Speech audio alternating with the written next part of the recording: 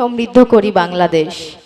আসলে চুনারুঘাট উপজেলার মধ্যে আমাদের হচ্ছে যে কতগুলো চা বাগান আছে সেগুলো কিন্তু বৃক্ষ দিয়ে আছে, এবং চা বাগানের বাইরেও হচ্ছে আগে তেমন একটা দেখতাম না যে মানে গাছ লাগানো হতো আর কি, বেশিরভাগই কাটাই দেখেছিলাম।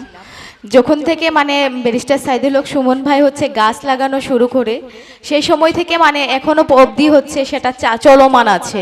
তো আশা করছি সেটা চলমান থাকবে।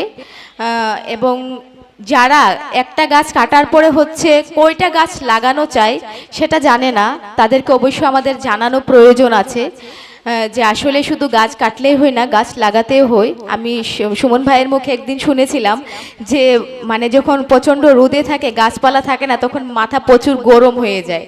তো আমাদের অবস্থাও ঠিক তেমনভাবে, আসলে সত্যি কথাই বলেছিলেন।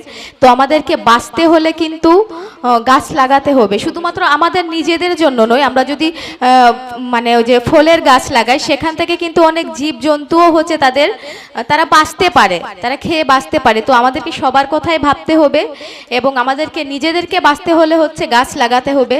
সুন্দর একটা দেশ গড়তে হলে হচ্ছে গাছ লাগাতে হবে। আমরা নিজেরা গাছ লাগাবো এবং অন্যদেরকে উৎসাহিত করব গাছ লাগানোর জন্য। তো আজকে যারা এই আয়োজন করেছে তাদের সবাইকে অসংখ্য ধন্যবাদ জানিয়ে আমি আমার সংক্ষিপ্ত বক্তব্য সমাপ্ত করছি। আমরা আমাদের সুমন ভাইয়ের কাছ থেকে বাকি কথা শুনবো। ধন্যবাদ সবাইকে। সালামু আলাইকুম। কৃষি কর্মকর্তা মাহিদুল ইসলাম সহ সকল মুরব্বিয়ান, যুবক সম্প্রদায়, আসসালামু আলাইকুম। আমি প্রথমেই সঞ্চালককে ধন্যবাদ জানাই তার সুন্দর উপস্থাপনার জন্য। পাশাপাশি যে গার্ড কবিতা আবৃত্তি করলেন তাকেও আমি আমার পক্ষ থেকে অভিনন্দন জানাই।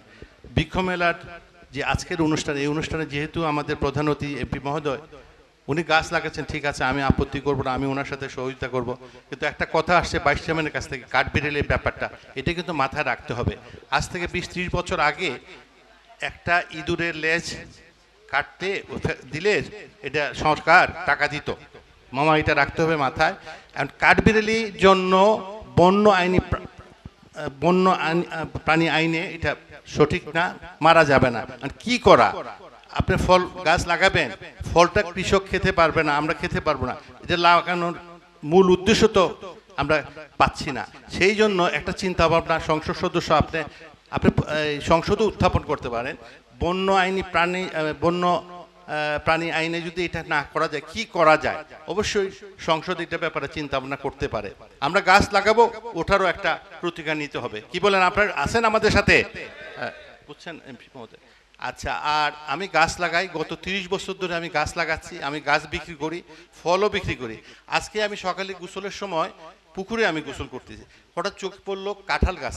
কাঁঠালের অর্ধেক খাই ফেলেছে কাঠবিড়ালি। অর্থাৎ আমাদের দেশে মানুষ বলে কটা খাই ফেলেছে। কষ্ট লাগছে আমার, যেটা আমি খাইতাম, আমার বাচ্চা কাচ্চা খাইতো, এটা ওই কাঠবিড়ালি নিয়ে গেছে। এটাও এমপি সাহেবের কাছে রাখলাম। এখন আর বেশি কথা বলি না, আমরা সবাই গাছ লাগাবো, এই ব্যাপারে সবাই আমরা একমত। তো আর কোনো কথা নাই, সবাইকে ধন্যবাদ। আর এমপি মহোদয় আপনি আসছেন আমার উপজেলায়, আপনাকে ধন্যবাদ। আপনি 2 উপজেলার মালিক। আসসালামু আলাইকুম।